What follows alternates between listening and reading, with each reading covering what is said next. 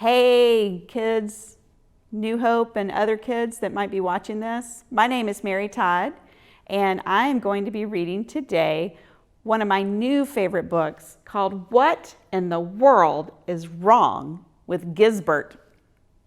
And here's Gisbert. He's a giraffe. And this is a great story and I hope that you like it as much as I do. It is written by Jochen Weber and the pictures are by Fariba Golizadeh. Gisbert was a tall, young giraffe. He was tall enough to do everything a giraffe might want to do. He watched TV.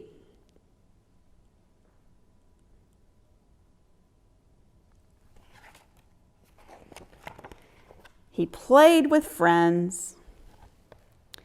My life is very good, he thought, as he closed his eyes and took a nap in the trees.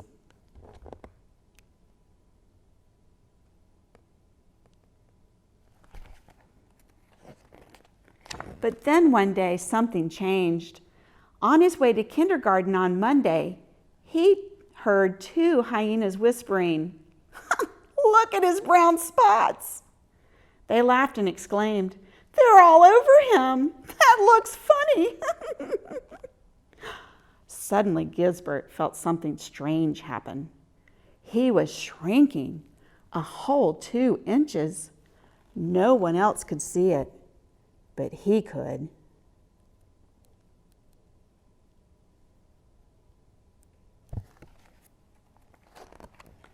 In music class on Tuesday, he was learning a new marching song on the trumpet. He had some trouble with the song and messed up a few of the notes. All the others dropped their instruments and covered their ears. "Oh boy, that sounds awful," said the hippo. Gisbert felt it clearly. He was shrinking again, a whole 6 inches. No one else could see it, but he could. Are you all right?" asked his parents that evening. "I'm fine," he said. But inside he thought, "I don't know what's going on."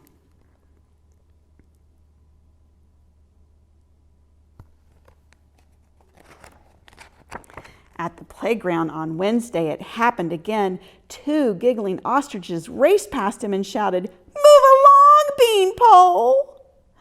Gisbert felt it clearly. He was shrinking again, a whole 10 inches. No one else could see it, but he sure could. That night, he stood in front of the mirror. The shrinking seemed to be unstoppable. His parents noticed that he wasn't feeling well. "What has upset you?" they asked, worried. "I'm fine," he said. But inside he thought, "I don't know what's going on."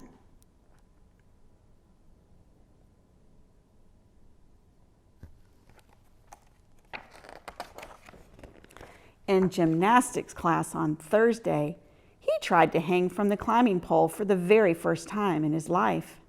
It took all his courage to try. He stood on the gym mat, concentrating, when he heard the apes whisper, "He better not try. Giraffes can't do that. He'll fall."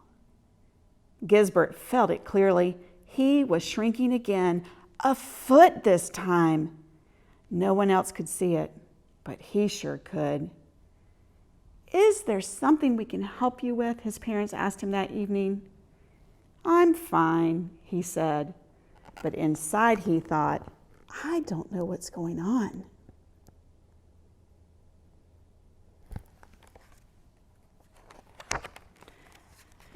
At the swimming pool on Friday, things did not get any better. Gisbert really wanted to try the new slide, but everything went wrong. He was so tall, he got stuck on one of the curves. "Watch out, blockade!" the lion shouted. Everyone laughed. It was quite some time before somebody could rescue him. Gisbert felt it clearly. He was shrinking again, 2 whole feet. No one else could see it, but he could. "Are you still not feeling better, Gisbert?" asked his parents that evening. He could tell that they were concerned. "I'm fine," he said.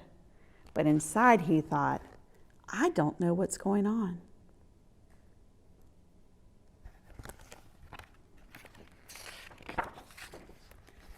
On the playground on Saturday, Gisbert wanted to join his friends in the playhouse.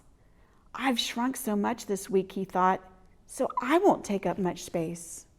But the others said, "You don't fit in here, Gisbert." Gisbert felt it clearly. He was shrinking again. 2 more feet. Nobody else could see it, but he could. "We are very worried about you, Gisbert," said his parents that evening. Gisbert crept under the sofa. "I'm fine," he said. But inside he thought, "I don't know what's going on."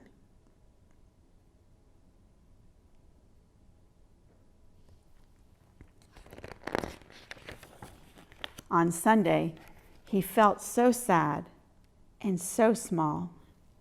Nothing seemed to be much fun to him anymore.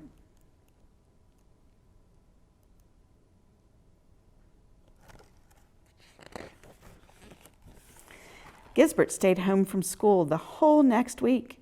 His mother hugged him and his father tickled him between the horns, but nothing seemed to cheer him up.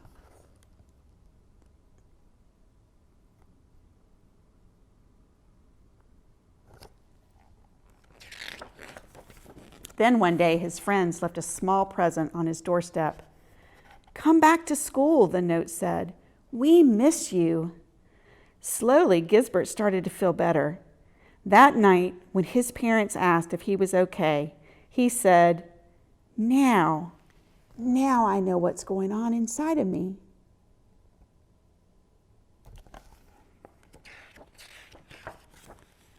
Gisbert told his parents everything that had happened. "Their words made me feel like I was shrinking," he said, "and the smaller I got, the worse I felt. But it's not bad to be tall or small. Meerkats are small. So are mice and ants. But I felt so weak and sad." "Sometimes people say things that hurt you, even if they don't mean to," his mother said. "It's okay to tell them that their words made you sad." "And you can always talk to us, Gisbert," his father added. When they were done talking, Gisbert felt much better.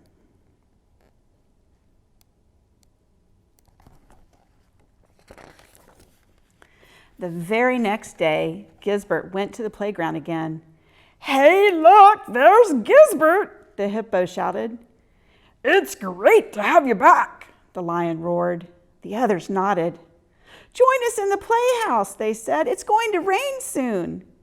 The ape reached out for Gisbert's hand, and he joined his friends. "We all missed you," said his friends.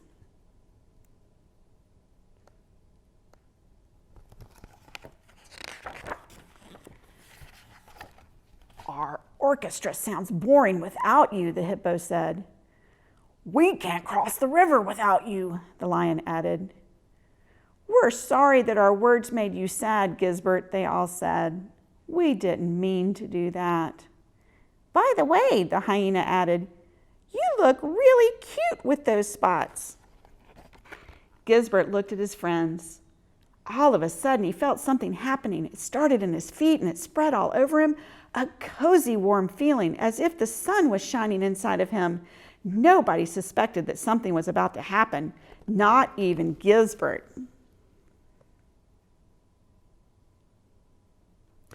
But then he burst through the roof.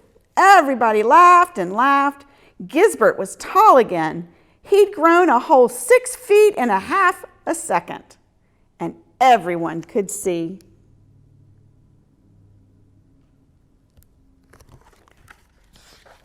The end. Boys and girls, sometimes we don't realize how our words hurt other people. Sometimes we may feel hurt and not know why. But forgiving someone, whether they have hurt you or whether you have hurt them is always a thing that happens that will make you feel so much better. Thanks for joining me for story time today. I miss you, and I hope you're doing well, and I'll see you soon. Take care.